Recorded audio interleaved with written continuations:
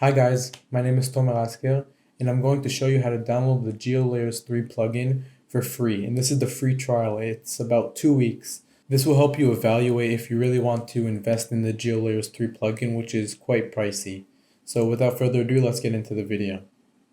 So you want to navigate to this site, which is the Adobe After Effects scripts and plugins site, where you can download all types of scripts and plugins. And by the way, you can do this process for any plugin. The one that I'm interested in is the GeoLayers 3 for my map animations. So what I'm going to do is click the try button. Once it's completed its download, you go ahead into the file and you extract the file.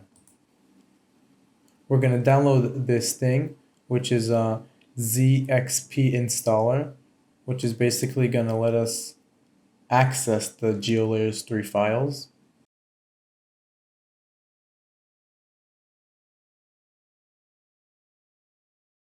You have to go to the trials here, go to add trial, and my trial is going to be for the GeoLayers 3, and you can go ahead and add your plugin that you want to have a trial for. Click add, and then you install right here. Once it has finished installing, you go ahead to the After Effects program.